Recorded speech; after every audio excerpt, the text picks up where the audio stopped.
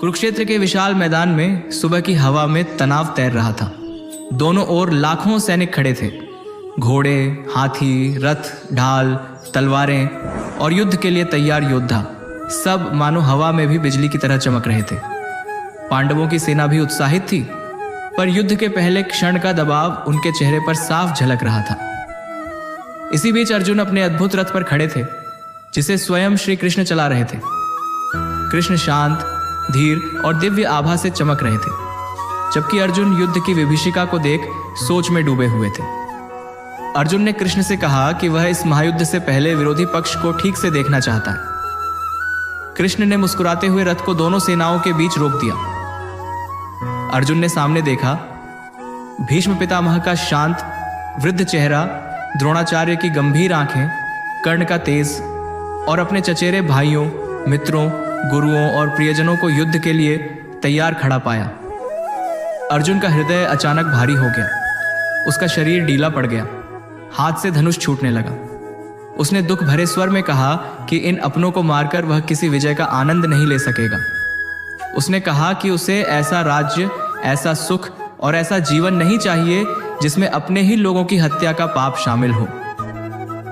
अर्जुन रथ के बीच बैठ गया और बोला कि उसका मन भ्रमित है। उसे धर्म का रास्ता समझ नहीं आता। वह श्री कृष्ण से ज्ञान चाहता है, क्योंकि वह अब उनके शिष्य की तरह मार्गदर्शन मांग रहा है। कृष्ण अर्जुन के दुख को सुनकर शांत रहे और उसके मन में उठते मोह को देखते हुए धीरे धीरे बोलने लगे। कृष्ण ने कहा कि अर्जुन का यह दुख क्षणिक और शरीर के प्रति मोह से उत्पन्न हुआ है। उन्होंने कहा कि शरीर नश्वर है, लेकिन आत्मा अमर है। जिस शरीर का अर्जुन विचार कर दुखी हो रहा है, वह समय के साथ खत्म ही होना है। आत्मा न जन्म लेती है, न मरती है, न किसी हथियार से कट सकती है, न आग से जल सकती है, न हवा से सूख सकती है। आत्मा अविनाशी है, जबकि शरीर केवल वस्त्र की तरह है, जिसे उतारकर आत्मा नया शरीर धारण कर लेती है। इस सत्य को जानकर अर्जुन को दुखी होने का कोई कारण नहीं है। कृष्ण ने आगे कहा कि अर्जुन का कर्तव्य युद्ध करना है, क्योंकि वह क्षत्रिय है। क्षत्रिय धर्म न्याय और सत्य की रक्षा करना है। यदि अर्जुन युद्ध से पीछे हटेगा तो यह कायरता होगी और उसे पाप मिलेगा।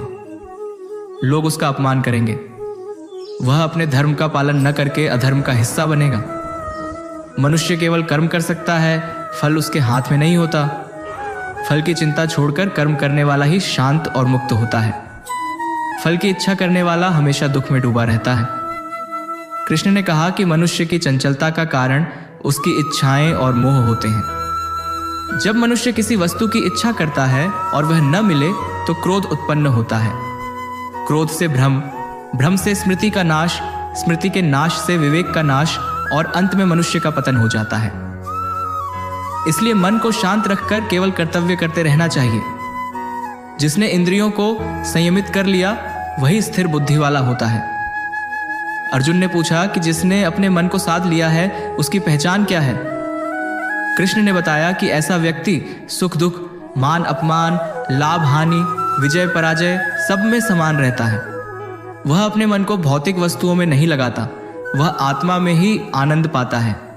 कहानी आगे बढ़ी और कृष्ण ने उसे कर्म योग का भेद सिखाया। उन्होंने कहा कि कर्म करते हुए भी अपने को कर्म का कर्ता न मानना ही कर्म योग है। जो व्यक्ति अपने सभी कर्मों को ईश्वर को समर्पित कर देता है, वह कर्म के बंधन से मुक्त हो जाता है। ऐसा व्यक्ति जो कुछ भी करता है, वह ईश्वर की इच्छा समझकर करता है और परिणाम चाहे जैसा आए, वह शांत रहता है। फिर कृष्ण ने अर्जुन को ज्ञान योग का रहस्य बताया। उन्होंने कहा कि प्रकृति और पुरुष तथा सृष्टि के 3 गुण, सत्व, रज, तम, इन्हीं से यह दुनिया चलती है। मनुष्य का स्वभाव इन गुणों से ही प्रभावित होता है। सत्व शांति और प्रकाश का गुण है। रज क्रिया और इच्छाओं का गुण है।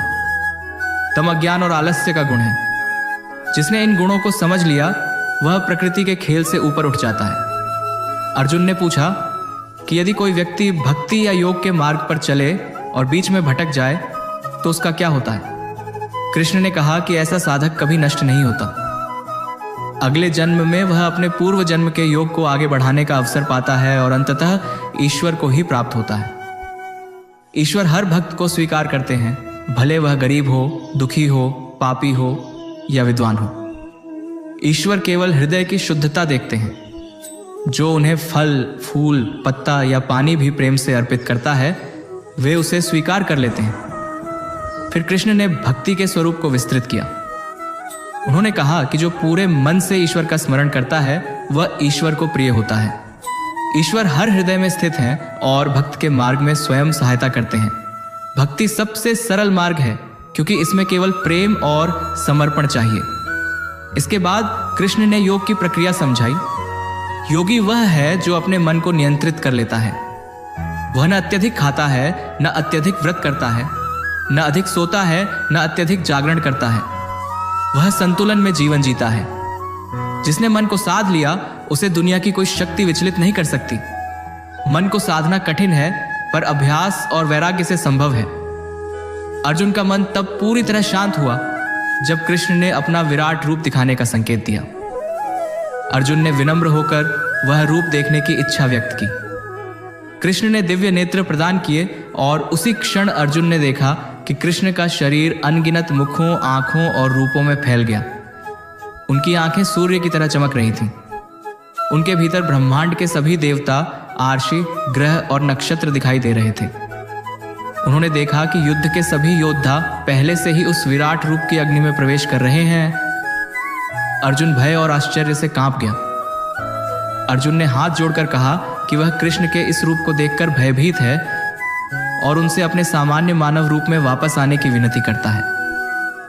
कृष्ण ने अपना दिव्य स्वरूप समेटा और पुनः उसी सौम्य रूप में आ गए जिन्हें अर्जुन अपना सारथी कहते थे। अब अर्जुन पूरी तरह समझ चुका था कि यह युद्ध केवल उसका नहीं बल्कि धर्म और अधर्म के बीच अंतिम संघर्ष है। उसने कृष्ण से कहा कि उसका मोह पूरी तरह मिट गया है, वह ज्ञान प्राप्त कर चुका है और वह कर्तव्य पालन के लिए तैयार है। कृष्ण ने उसे आशीर्वाद दिया और रथ आगे बढ़ाया। अर्जुन ने दृढ़ता से अपना धनुष गांडीव उठाया। अब उसका मन संदेहों से मुक्त था। युद्ध भूमि फिर से गूंज उठी। अर्जुन अब उसी अर्जुन की तरह खड़ा था जिसे भगवान ने स्वयं धर्म के मार्ग पर स्थापित किया था। उसने कृष्ण की ओर देखा, कृष्ण मुस्कुराए और रथ महायुद्ध की ओर बढ़ गया। यहीं श्रीमद् भगवद गीता की कहानी समाप्त होती है। कृष्ण का उपदेश समाप्त हुआ, अर्जुन का भ्रम मिट गया और धर्म की स्थापना के लिए महाभारत का युद्ध प्रारंभ हुआ।